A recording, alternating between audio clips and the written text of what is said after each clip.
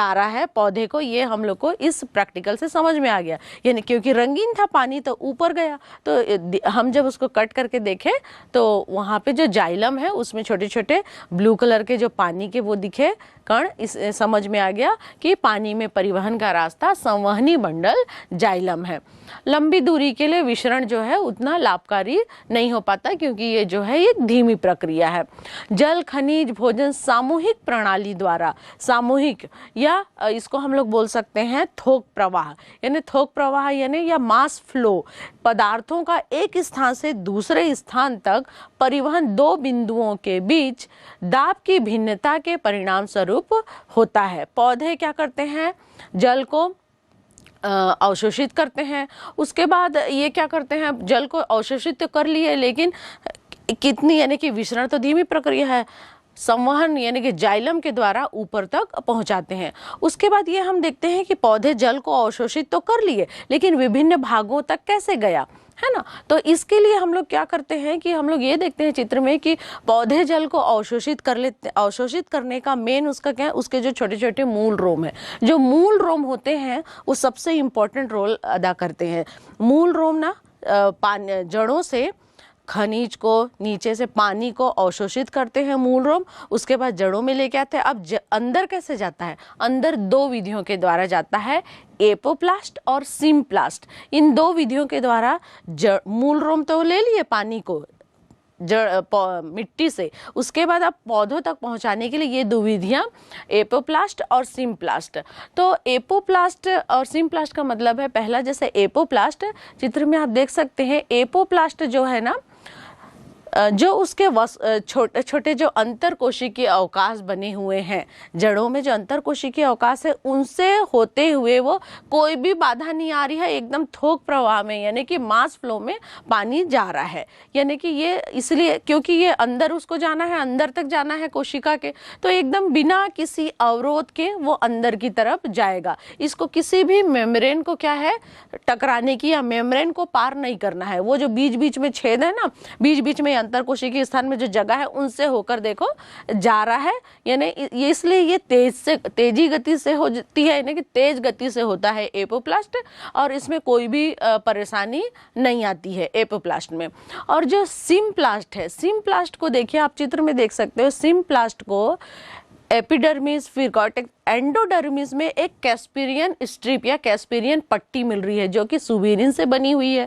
तो सिम्प्लास्ट में क्या होता है, इसको एक मेम्ब्रेन को क्या करना, मेम्ब्रेन को पार करके जाना पड़ रहा है, यानी बाधा आ रहा है इसके रास्ते में। इसका मतलब ये क्या है, एक धीमी प्रक्रिया है क्योंकि इसके रास्ते में बाधा आ रही है। वो जो कैस्पेरियन पट्टी एंडोडर्मिस में जो कैस्पेरियन स्ट्रिप बनी हुई है उससे वो उसको भेद नहीं पा रहा है, तो उसको जगह बदलना पड़ेगा। यानी मैं यहाँ पे आपको एपोप्लास्ट और सिम्प्लास्ट पानी के अंदर जाने की विधि बता रही हूँ, जिसमें एपोप्लास्ट जो है बिना किसी बाधा के अंतरकोशिकीय अवकाश में जो जगह है उससे सामूहिक प्रवाह के रूप में आराम से जो पानी है चला जाता है बिना, क्योंकि किसी मेम्ब्रेन से टकरा के या अंदर से गुजरने की आवश्यकता नहीं होती। जबकि सिम्प्लास्ट में उसे कैस्पेरियन पट्टी के अंदर को से टकराना पड़ता है जो कि वो उसको भेद नहीं पाती है, और इसलिए ये एक स्लो प्रक्रिया है।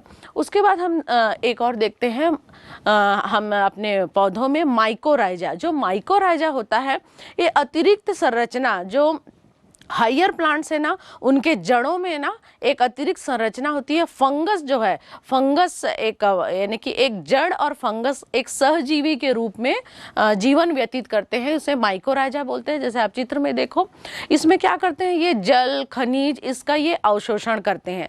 इसमें दोनों एक दूसरे की सहायता करते हैं। जड़ से पानी जो है पानी खनिज अवशोषित होता है, कवक जड़ को जल खनिज उपलब्ध कराते हैं और उसके बदले में माइकोराइजा भी उसको नाइट्रोजन शर्करा उपलब्ध कराती हैं। यह अधिकतर हम पाइनस के पौधों में इस सहजीवी को माइकोराइजा को देख सकते हैं।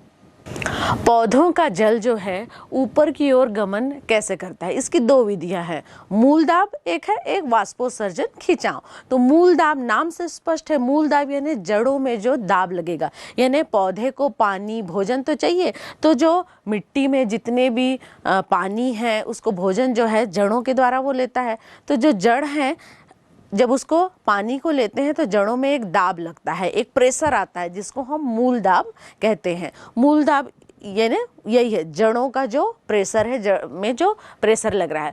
तो ये जो मूल दाब है ना, इसी के द्वारा ही ना एक प्रक्रिया होती है जिसे हम बिंदु स्त्राव या गटेशन कहते हैं। अधिकतर हम रात के समय या सुबह के समय देख सकते हैं पत्तियों में। जैसे देखो डायग्राम में आप देखो, चित्र में देखो आप लोग की ना जो पत्तियां हैं उनके किनारे किनारे बिंदु के रूप में पानी की क्षति होती है ना, पानी जो है लॉस होता है, जो पौधे का पानी है। तो इसको ये मूल दाब के कारण होता है। नीचे से प्रेशर आ रहा है, ये छोटे जगहों पे अधिकतर मूल दाब छोटे छोटे पौधों पे ज़्यादा यूज होता है। ऊंचे पौधों पर मूल दाब का ज़्यादा असर नहीं हो पाता है क्योंकि उतना ज़्यादा अधिक प्रेशर नहीं होता है। तो जब मूल दाब से प्रेशर आता है तो पत्तियां जो है, पत्तियों के किनारे किनारे आप डायग्राम में छोटी छोटी बूंदें हैं, बूंदों के रूप में, इसलिए इसका नाम बिंदु स्त्राव है। बिंदु के रूप में पानी की क्षति होना, उसे हम बिंदु स्त्राव या गटेशन कहते हैं। और दूसरा है वाष्पोत्सर्जन खिंचाव। नाम से स्पष्ट है, वाष्पोत्सर्जन किसे कहते हैं? जो पत्तियां हैं, पत्तियों का जो ऊपरी सतह है, डायग्राम में देखो, उसमें जो पानी है गैस के रूप में यानी भाप के रूप में ऊपर उड़ जाता है। यानी पानी की क्षति किस रूप में हो रही है? गैसीय रूप में हो रही है। तो ये वाष्पोत्सर्जन खिंचाव है। ये इसमें क्या होता है, मूल दाब तो नीचे से जड़ों में तो लग रहा है, उसके बाद जो जाइलम है उसमें, क्योंकि पानी खत्म हो रही है, प्रकाश संश्लेषण करते हैं, पौधा अपना भोजन बना रहा है पत्तियों में, तो उसको पानी की कमी हो रही है। तो पानी के लिए वो क्या करेगा कि मुझे पानी चाहिए, इसीलिए वो क्या करेगा, जाइलम की तरफ खिंचाव उत्पन्न करेगा। खिंचाव, फिर जाइलम नीचे से पानी लेगा, जड़ों से लेते हुए ऊपर की तरफ एक खिंचाव उत्पन्न होता है, जिसको हम संयोजन तनाव वाष्पोत्सर्जन खिंचाव मॉडल कहते हैं। यानी खिंचाव पड़ रहा है ना, पत्तियों से पानी उड़ जा रहा है, कमी पड़ रही है, तो नीचे से एक खिंचाव आ रहा है जिससे पानी, उसको पानी चाहिए मेरे को, क्योंकि ये वाला, इसे हम लोग कहते हैं वाष्पोत्सर्जन खिंचाव। ठीक है। उसके बाद जो वाष्पोत्सर्जन, आप लोग समझ गए हैं वाष्पोत्सर्जन क्यों होता है। वाष्पोत्सर्जन की प्रक्रिया जो होती है पत्तियों में, जो स्टोमेटा है, चित्र में देखो स्टोमेटा, जो रंध्र हैं, रंध्रों के उपस्थिति के कारण वाष्पोत्सर्जन की यानी कि वो खुले बंद रहते हैं, उसी से ही ऑक्सीजन, कार्बन डाइऑक्साइड अंदर बाहर जाता है पत्तियों में। इसमें रक्षक कोशिकाएं, ये जो शेप देख रहे हो आप ना, ये काजू के जैसे दिख रहे हैं, ये रक्षक कोशिकाएं हैं। ये रक्षक कोशिकाएं बंद खुलती हैं, बंद होती हैं। अधिकतर ये दिन के समय खुली होती है, रात के समय बंद होती है। ये उसके स्फीति पर निर्भर करता है। स्फीति यानी जैसे पानी जब ज़्यादा आ गया है तो इन रक्षक कोशिकाओं में जो है माइक्रोफिब्रिल्स रहते हैं, ऐसे छोटे छोटे जो लाइन दिख रहे हैं। ये जब पानी इसमें आता है तो पानी, बहुत ज़्यादा पानी आ जाता है तो ये क्या होता है, बंद हो जाते हैं। अब पानी की कमी, पानी अब इससे चला गया है तो ये खुल जाते हैं। इस प्रकार रंध्रों के खुलने बंद होने से वाष्पोत्सर्जन की प्रक्रिया होती है और ऑक्सीजन, कार्बन डाइऑक्साइड ये पत्तियों को मिलते रहता है।